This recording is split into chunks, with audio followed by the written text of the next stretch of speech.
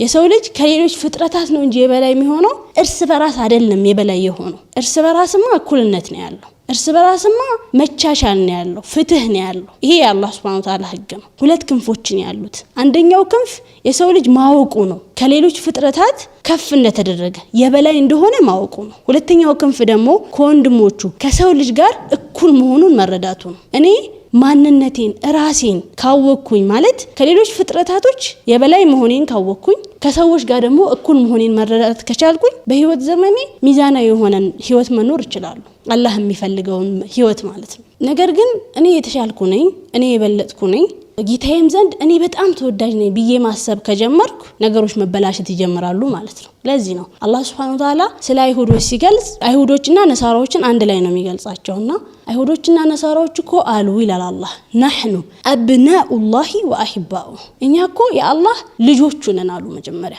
أبناء الله ልጆቹ ነን፣ በቃ ልጆች የሰው ልጅ እንደሚወልደው እኛም ልጆቹ ነን ያአላህ አሉ።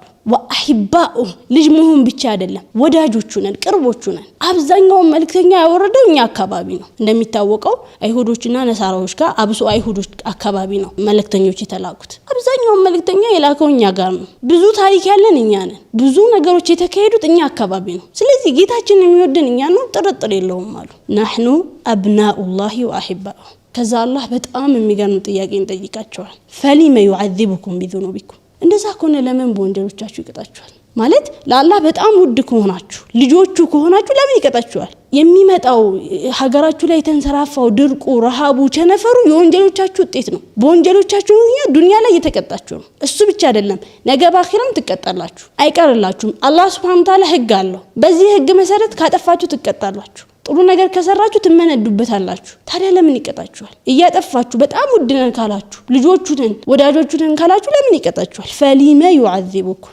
ለምን? ከዛ በል አንቱም በሸሩ ሚመን ኸለቅ አረ እንደውም እናንተ የሰው አላህ ከፈጠራችሁ ፍጥረታት የሰው ልጅ ብቻ ናችሁ አላችሁ። በል አንቱም በሸሩ ሚመን ኸለቅ ድንገት እኔ የበላይ ነኝ የተሻልኩ ነኝ በላጭ ነኝ ብዬ ማሰብ ከጀመርኩ ይሄ ቃል ያስፈልገኛል። በል አነ በሸሩ ሚመን ኸለቅ አረ እንደውም እኔ አላህ ከፈጠራችሁ ፍጥረታት የሰው ልጅ ብቻ ነኝ የምትለው ቃል ታስፈልገኛለች።